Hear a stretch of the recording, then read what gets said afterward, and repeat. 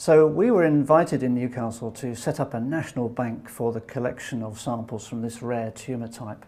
It's something we feel passionately about and feel is really important so that we can push forward on new research. Without that research, we'll not be able to find out new ways of diagnosing and treating these rare but troublesome tumours.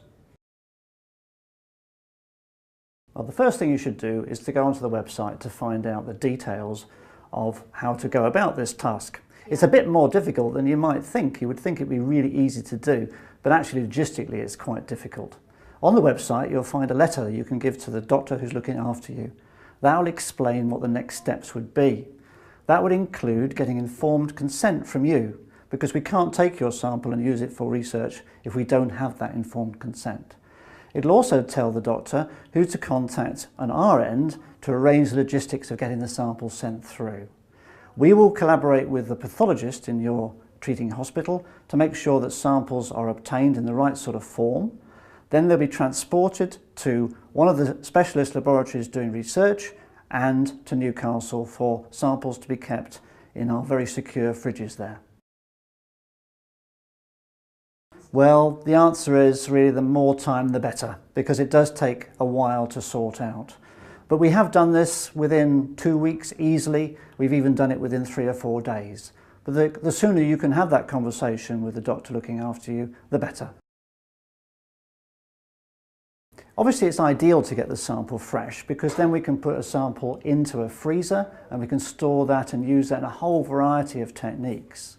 Sometimes though, we've only got material that's been stored up to 15 or 20 years in a pathology department. It's still very useful, but we can't use it without that consent form. If we get the consent form, the pathologist will often send us material for use in research, and it's still very valuable.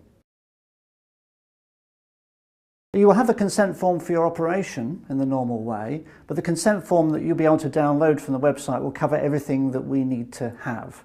It will include information about particular sorts of research we're doing, potential for sending it to another country, maybe using it in genetic experiments, information such as that, so you know exactly what we're planning to do with it.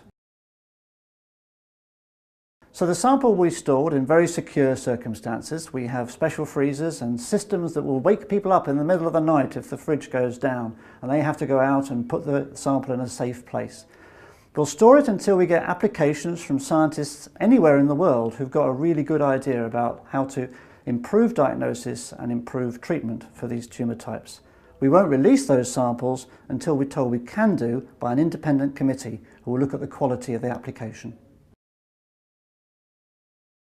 Well, as I said before, go back to that website. It's got lots of very useful information, and that will tell you exactly what you need to do next.